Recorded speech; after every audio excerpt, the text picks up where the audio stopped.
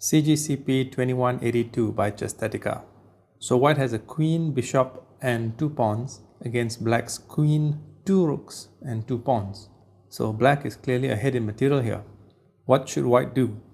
What about the obvious e8 promotes to queen? Well, this would be a mistake because queen to f6 check, king to c8, queen to c6 check, a queen sacrifice, queen captures c6, rook to g8 check, queen moves back to e8 and rook captures e8 with mate. So that doesn't work. What about bishop captures f7, winning some material?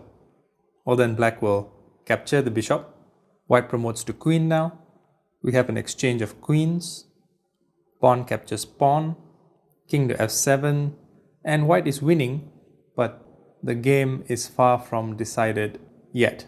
Even against a lone rook, it's possible for the game to be drawn. So, is that the move to play? No. The solution is much simpler and more direct. Here it is. Yes, there's a forced mate in 3. And that is the only foreseeable forced mate. It would be a shame if anyone missed it. Bishop to c2 check.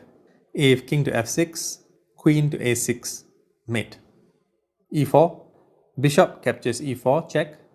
If king to f6 or even king to e6, queen to a6, mate. Now here, capturing with the queen, which would be the temptation, would be a mistake because of king to g4.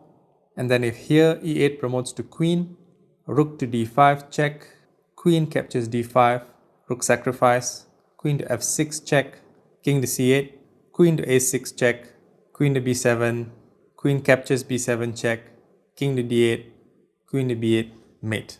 White loses.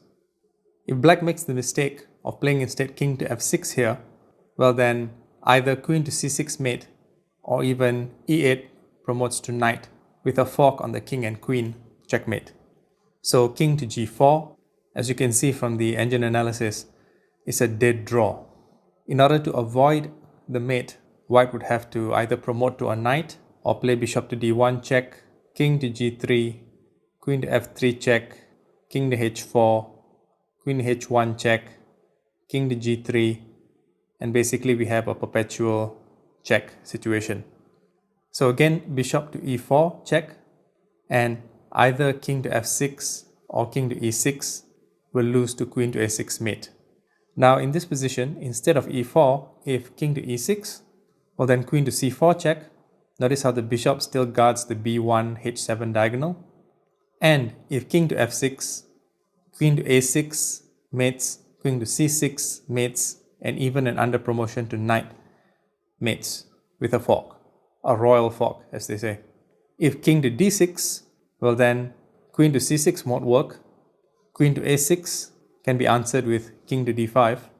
So in this situation, white has to promote, or rather under promote, to a knight, again with a royal fork, but with mate. Let's take a look at the original position again. Do you think you would have seen the mate in 3 here?